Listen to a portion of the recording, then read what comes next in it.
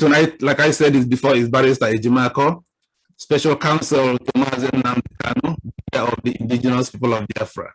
So, Barrister Ejimakor, can you please introduce yourself? Although everybody will know you by now, can you introduce yourself to our listeners? Well, you've done the introduction perfectly well. So I think it's better we get straight to the point. All right. When last did you see Nnamdi Kanu, please? Could you tell our guests? What was that again? What was the last time that you saw? Okay, well, I saw him yesterday, and I spent almost 4 hours with him. He was in high spirits. Everybody knows the tribulations he has passed through, but he remains in high spirits. His spirit is strong and he's looking for of overcoming his present predicament. So what is the reason why the Nigerian government is the reason why they have been following the other arrests in Nigeria? And is looking forward to the opportunity. Okay, you're asking me the reason it was rendition? Yes. Well, as everybody will recall, this whole thing has a causal effect that goes back to September 2017. As of September 2017, Nnamdi Kanu was free on bond. And then all of a sudden, the Nigerian government, which is a party to his criminal trial, and which held an abiding legal interest in his ability or capacity to appear for that trial, took a very surprising action in invading his home. That very invasion was very lethal. It claimed 28 lives on the spot, a lot of injuries, including Nnamdi Kanu himself and his parents, and other people very close to him. There was an undetermined number of people that were taken from the location of the invasion to unknown locations. Most of those people, or some, have never up to this moment been accounted for. So there is a presumption or assumption of death as well, which if you add to the 28, that would be quite a number.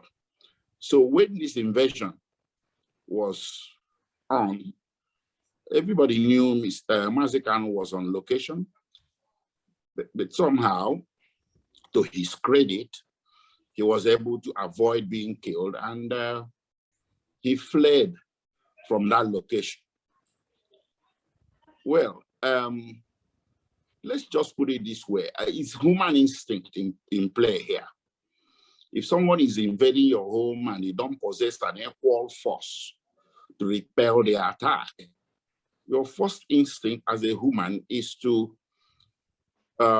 flee, to escape from the attack. And that's exactly what Nnamdi Kanu did. And you see, apart from the locale of the attack, the entire territory of Nigeria after that invasion became dangerous to him. I mean, that is the apprehension he has in mind. And I think it's a reasonable apprehension. It's reasonable for him to believe that the entire territory of Nigeria, which he did not control, but is controlled by the same government that sent the forces to his house, now constitutes present an imminent danger to him. So apart from fleeing the locale or the immediate vicinity of the attack, he was, again, to his credit, able to find his way out of the territory of Nigeria. And several months later, you know, the rest is history when everybody saw him emerging in Israel. So from there, what I believe should have happened after this incident are the following. One, the Federal High Court, which was seized of his case, which was conducting this trial should have given Nnamdi Kanu or his lawyers, since he was outside jurisdiction, it would have been by way of motion, the opportunity to ventilate the reasons that he failed to take his trial the following month in October 2017.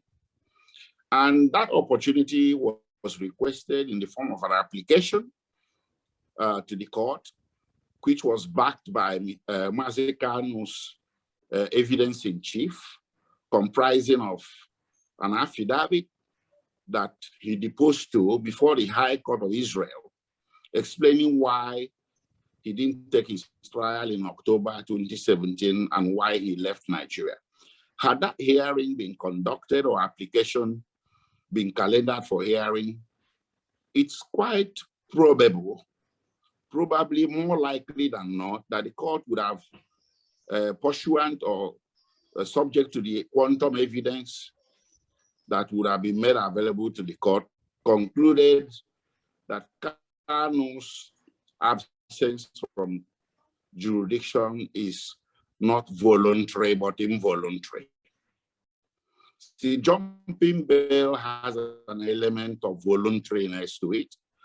You see, when you prediction of your trial, especially the forces were produced by a party to the criminal action, which is the government and its army, that ought to be considered that your absence from jurisdiction is rather involuntary. So any involuntary thing regarding his failure to appear should not be ascribed to him, and therefore it would be a misnomer to say that he jumped bail, especially when the party, the very party that is now benefiting from that notion that he jumped bail, is the same party that is complicit in the reason why he jumped bail, or in the reason why he did not attend his trial. So it will be double whammy for that very party to now benefit from it by conducting or subjecting him to this extraordinary rendition on the excuses that he jumped bail. I can't hear you. I can't hear you. Can you hear me now? Yes, I can. Okay. Now, we will come to that extraordinary rendition in a moment. But when the Nigerian government claimed that Nnamdi Kanu jumped bail for the past 2 years, obviously they know where he was, they know where he has been for the past 2 years. So that brings me to the second thing that could have happened after this jumping bail thing. The Nigerian government could have applied to extradite Kanu from wherever he was. Exactly. We know he was temporarily in Israel, and when he returned to England, it was public information. Exactly. And Nigeria has extradition treaty with the United Kingdom. Yes, Nigeria does. Nigeria has an extradition act itself, and there is one in England that applies to, the one in UK applies to the entire Commonwealth. So Kanu's extradition would have been considered under that law in UK that has well spelled out express provisions that guide extradition. So extradition is the only lawful path through which you can bring a fugitive or a suspect from one national jurisdiction to the other. Nigeria didn't do that. And it didn't do that. And when perchance Nigeria discovered that maybe Kanu was in Kenya, Kenya as well also has an extradition act.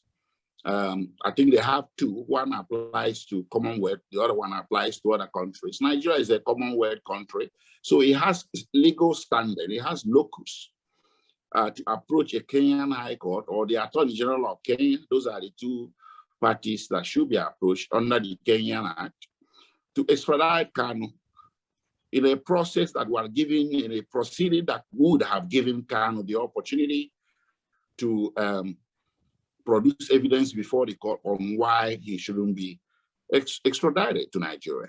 So, but Nigeria didn't do that, yet it resorted to this act, infamous act. All right. So this extraordinary rendition, which is prohibited under international law. Yeah, we'll get to that in a moment. So you said you met Nnamdi Kanu yesterday. Yes, I was with him for almost 4 hours. So did Nnamdi Kanu narrate to you exactly what happened in Kenya? Well, he did. The first time I visited him, that was last week, and I made that public. He was physically assaulted and abducted in the underground parking lot of the Jomo Kenyatta International Airport by several armed men that he suspected reasonably to be members of the Kenyan security agencies or security forces. They took him, blindfolded him, and a few people that wanted to come to his rescue because they probably surmised that the manner of the abduction was improper, were scared away by some statement that the individual being abducted has some connection to the Shabab terrorist group in Kenya. So people became a bit reluctant to intervene any further. So they blindfolded him and took him to a nondescript private home, not to an official detention facility, where they held him for 8 days and eventually turned him over to the Nigerian security agencies, who now took over and took him to Jomo Kenyatta Airport on Sunday, the 27th of June, and flew him as a lone passenger to Abuja. They left around 12 p.m. and arrived at Abuja in the evening. And during his confinement, he was held incommunicado. He was beaten, he was tortured, he was treated in degrading ways, in inhuman and cruel ways. So it is to the glory of God and his strength of character that he survived such indignities and terrible tribulations and physical assaults and the mental torture that he underwent for 8 days. A lot of ordinary men perhaps would have died in the process, but he didn't. Didn't Nnamdi Kanu tell you how long he stayed in Kenya before being abducted? Yes, he arrived in Kenya, I think it was 14th April.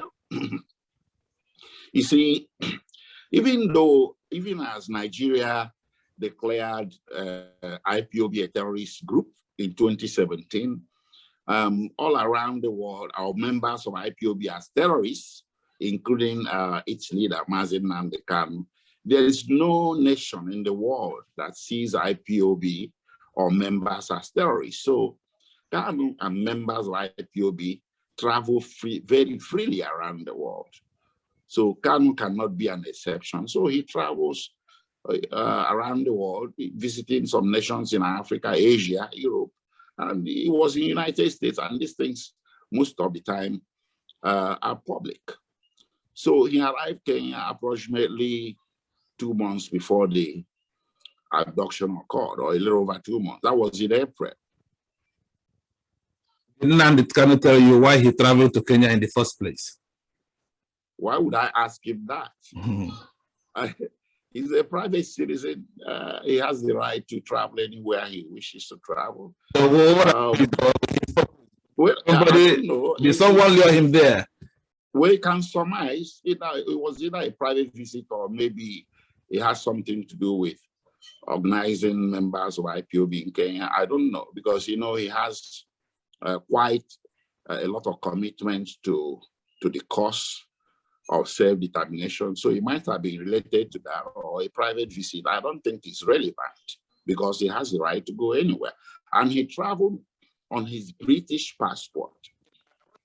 So he traveled with his British passport? Yes, not Nigeria. The passport, the Nigerian passport that the Attorney General was reeling off during his press conference was the one that Nnamdi Kanu had renounced several times during his broadcast. You just have to Google it. He renounced his citizenship. He renounced the passport. He said it pointedly. He was never going to use the passport, Nigerian passport anymore. That's what he said. I'm not saying that renunciation was effective, but he wasn't someone that was using Nigerian passport from a certain point in his life, from probably as far back as 2015 or 2016. Yeah. He was using exclusively his British passport. Yeah, I wanted to ask that question. When you say that Kanu has renounced his Nigerian citizenship, what does that act of renunciation involve? Well, I'm not saying that renunciation is effective, legally speaking. I'm just saying that someone who renounced his Nigerian citizenship verbally so many times during his broadcast cannot be reasonably be expected to be traveling on his Nigerian passport. But you see, that's really not something that is relevant here. But what is relevant is the fact that he traveled on, was not in possession of any Nigerian passport. That's correct. Yeah. So, and as a British citizen, what does UK law say about? Okay, let me first ask this question. You know, Nigerian governments have said we have rearrested Nnamdi Kanu. Going by what happened in Kenya, would you call it a rearrest, an abduction, a kidnapping, or extraordinary rendition? What is the correct term? It's not an arrest. It's not a rearrest. It's an extraordinary rendition. And what does that mean? What does that mean? Okay, extraordinary rendition is the act of forcible taking or kidnapping by a state of a suspect or a fugitive or a defendant from one state for the purpose of transporting him or repatriating him from the state of the kidnap or abduction to the state of interest where he probably will be subjected to trial. It is extralegal. It looks like extradition, but it's not.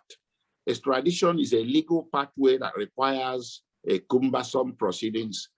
Rendition is extralegal, is illegal. Some writers and judges around the world and a lot of people, commentators of knowledge have declared it a crime by the state. It is seen universally by a lot of people of influence in the field as a criminal conduct by the state of international dimensions. I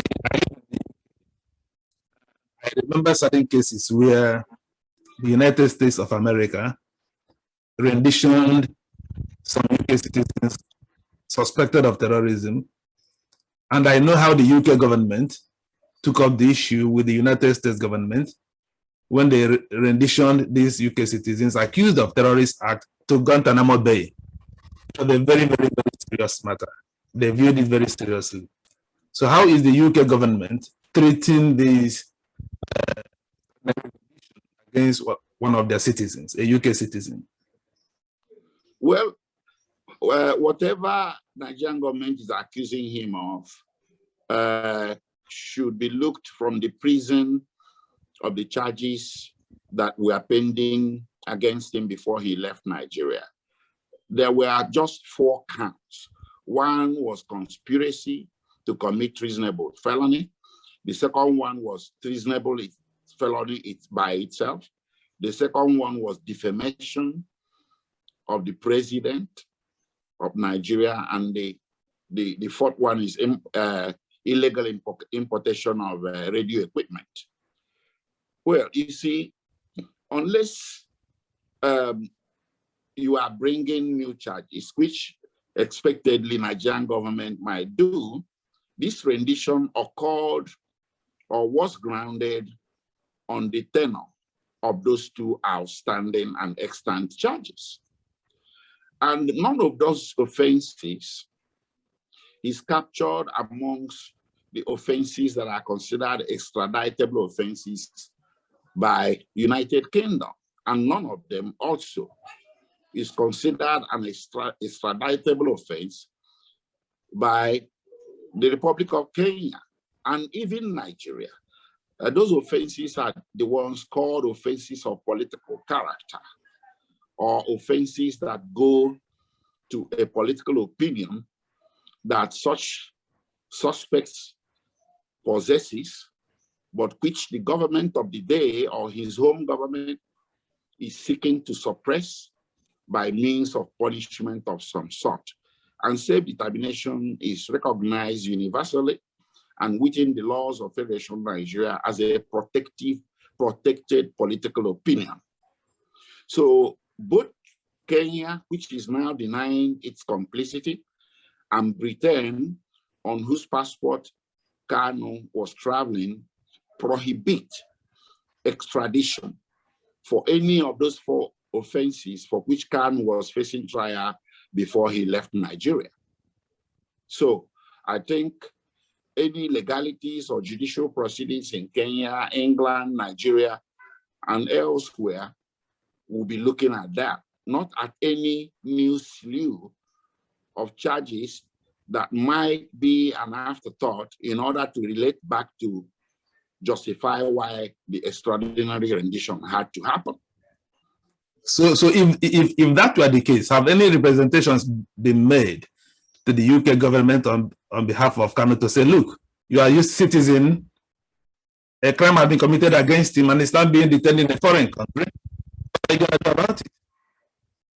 Yes, representations have been made by my humble self to the High Commissioner here, because I'm located in Nigeria. So that's where I can appropriately bring representation on his behalf. Now, representations also have been made by his lawyers in the UK, led by Bindemans, which is a prominent law office or law firm in the United Kingdom. Those representations have been channeled to United Kingdom government through the appropriate agencies of the government that are concerned with what happened. And as we speak, everything is being processed. And I think they will all come to fruition, because Kanu cannot be different from any other British citizen who deserves some sort of consular assistance or consular protection in a circumstance like this. Now, this takes me back to 1984, when Nigeria attempted to rendition Umaru Dikko. The only difference between that of Kanu and Umaru Dikko was that Umaru Dikko was created and Kanu wasn't. Where the second difference was that it occurred on British soil, but in substance, both of them are rendition. One succeeded, the other one didn't. So now we look at the countervailing measures that Britain took in the wake of that attempted rendition of Umaru Dikko.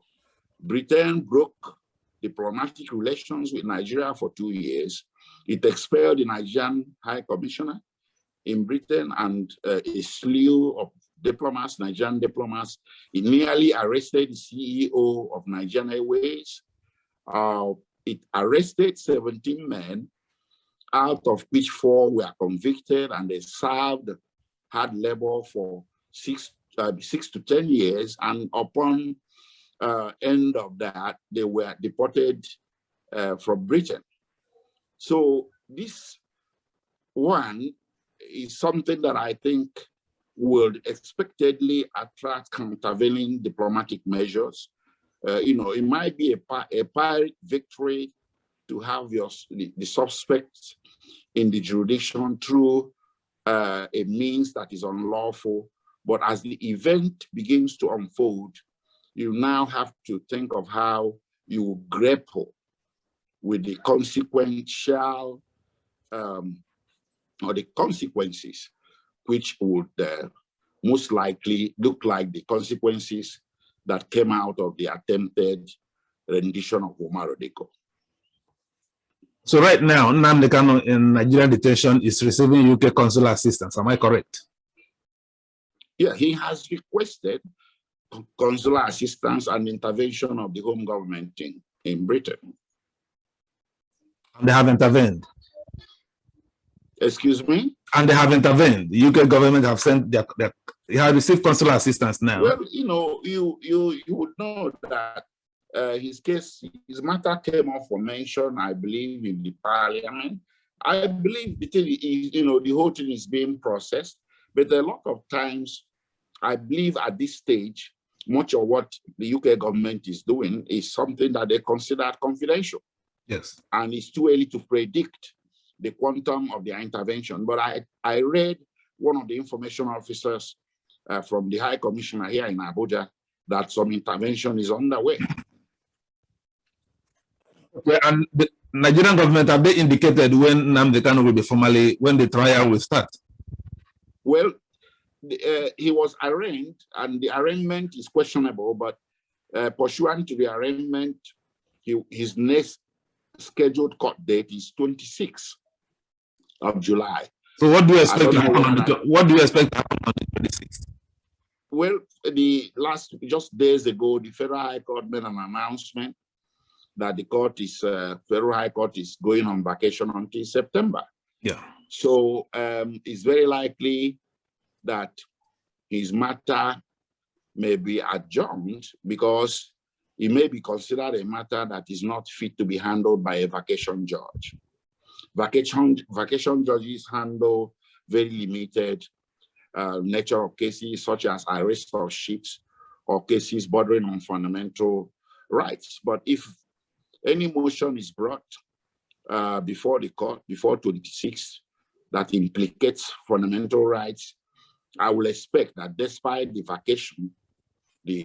vacation judge will hear his matter to that limited extent, but not to trial, not to take it to trial. Expect Nnamdi Kanu to receive fair trial in Nigeria? Well, the question is academic.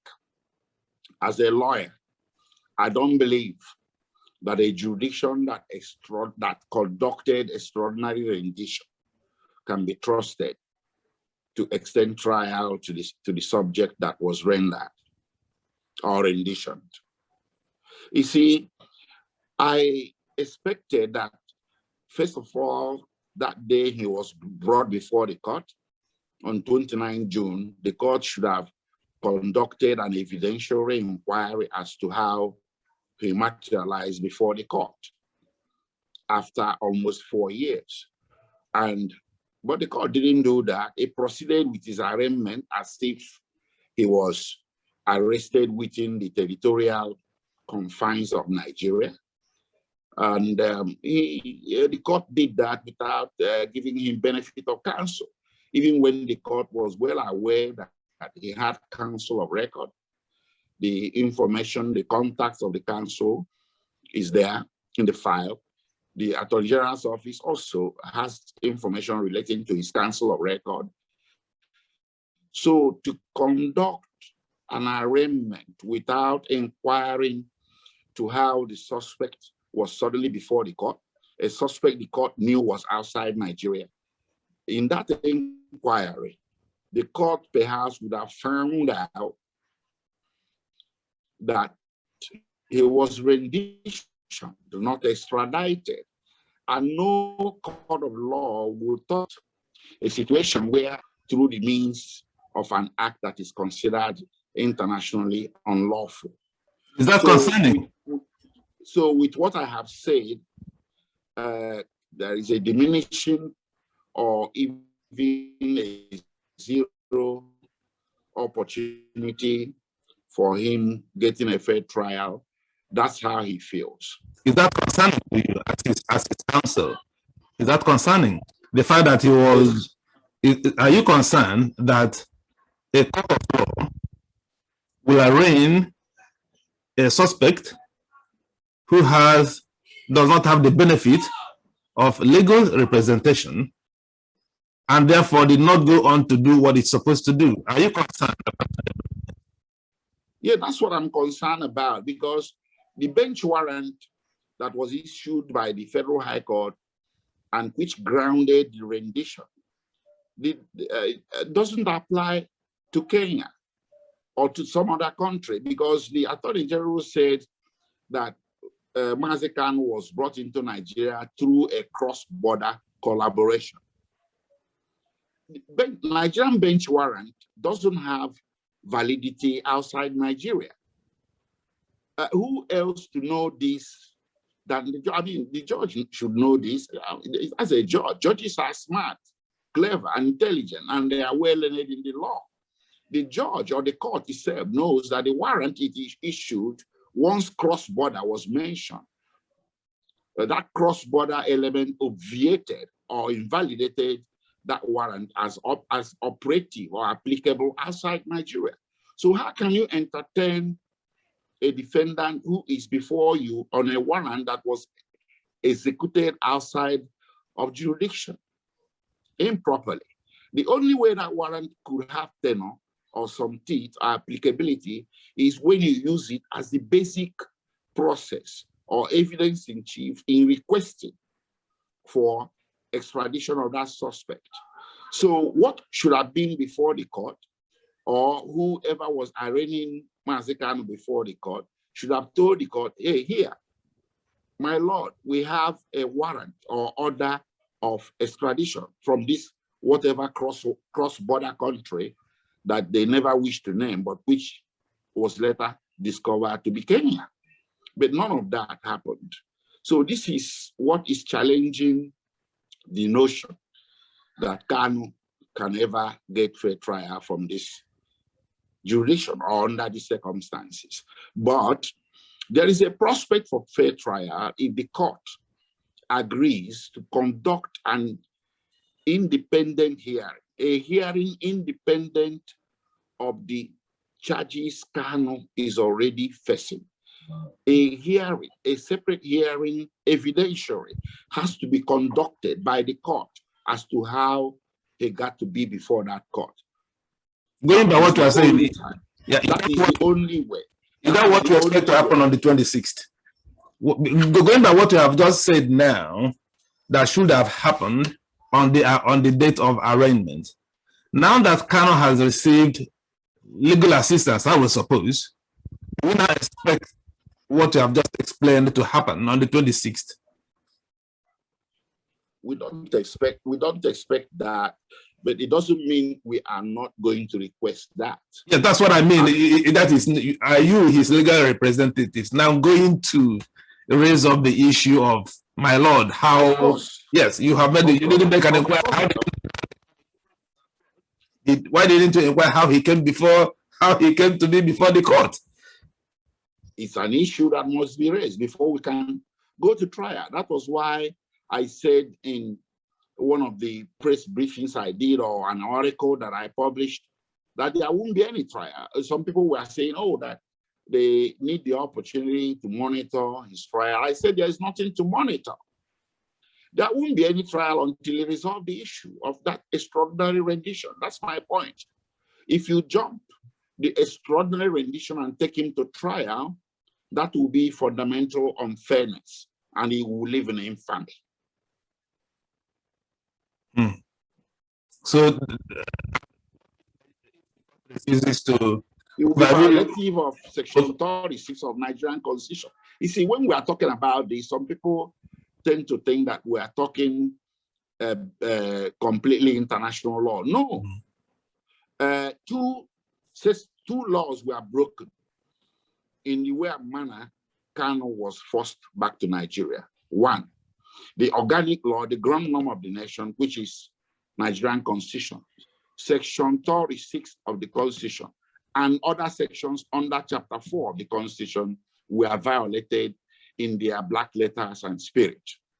And then the Nigerian Extradition Act, which contained provisions that would have prevented Kanu from being extradited from Kenya or Britain, was also violated in its spirit and letters. So we're not talking, international law absolutely. Municipal laws of the Federation of Nigeria were also broken. So this is what we expect the judge to take a very hard look at and consider whether jurisdiction lies. to try Kanu for any criminal offenses in view of these violations that I have enunciated. Okay, before I ask my next question, let me ask this one first. Has the prosecution authority in Nigeria amended the original charge which they have against your client? Have they brought up charges? Have they brought forth new charges? No, we don't have any formal notification of that. They haven't done that. You normally, in a well-ordered system, and in order to try to contain the public backlash, we should have received some amended charges by now. So we're assuming that the charges wouldn't be amended, or maybe they will be amended and served by way of some kind of ambush in open court.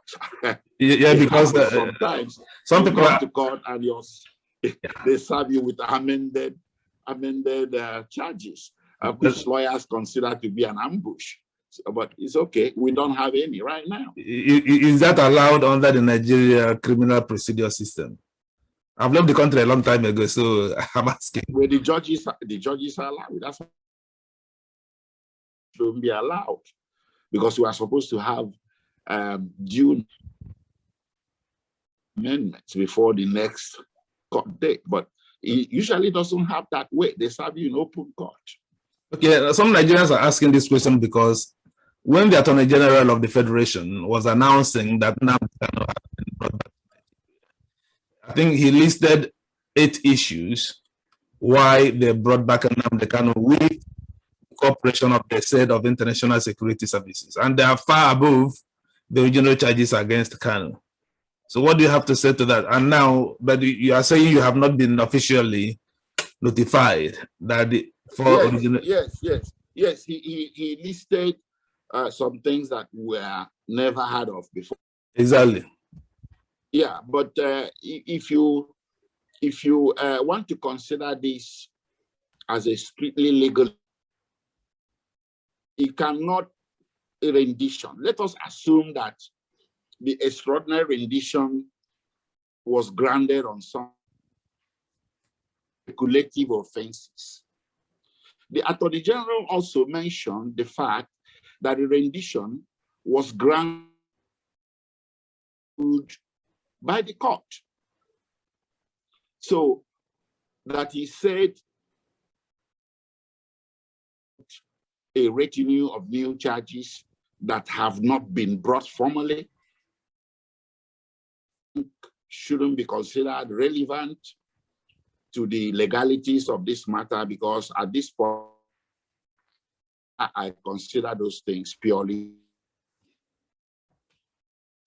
maybe some.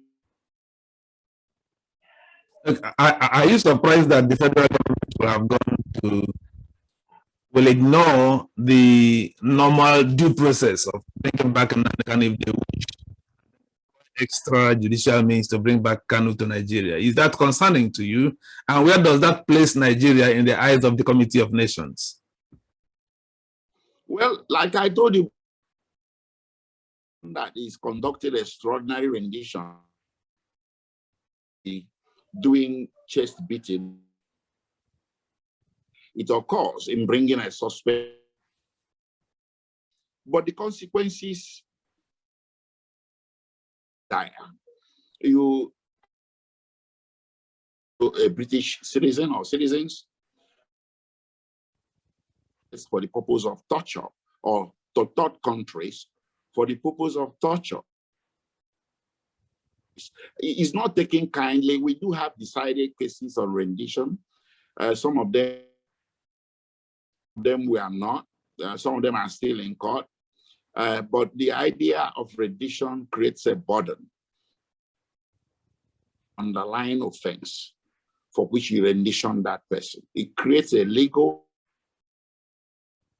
and diplomatic burden on the state that rendition the suspect to its jury.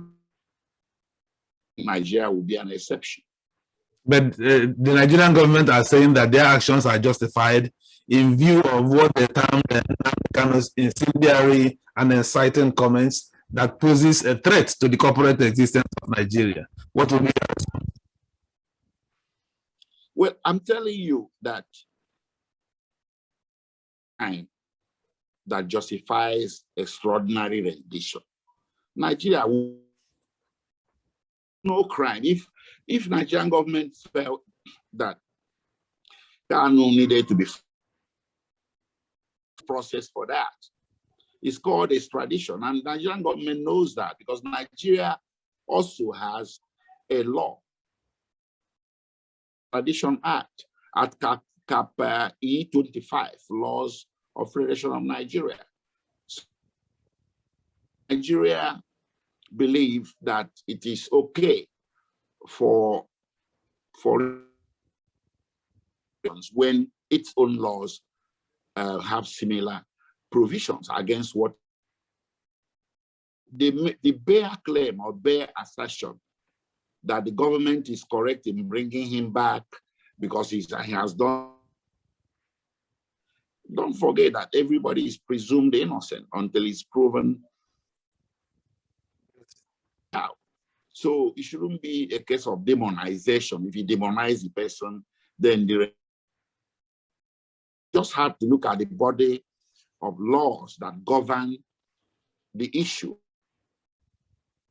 or laws that govern this issue. Is the Extradition Act of Kenya and went back to United Kingdom, then you look to the laws of United Kingdom. That's how it's done. Nobody is saying that have the right, the sovereign right to as of a fugitive back to Nigeria. Why didn't they do that? Why didn't Nigeria go through that legal process? Why didn't they employ? Right to, no, my question is, in your mind, why didn't Nigeria foresee the backlash, this backlash you have just described, and say, no, we don't want that backlash, we don't want that bad name, let us go through the normal judicial legal rules to bring back a fugitive? Why did they employ this extra legal means of extraordinary rendition? Well, you see, had attempted extradition requests in the past in Britain and failed. After that rendition failed, Nigeria formally applied to politicians that Nigeria accused of different offenses in Nigeria. Britain denied the request. And Nigeria, I think, also knows that a well-developed legal system that has listed the offenses, right, extradite anybody. And none of the offenses for which Kanu was standing trial is among the offenses for which he can extradite anybody from Britain. So that's probably why it resorted to the easier path offered by the extra legal means, which we call extraordinary rendition.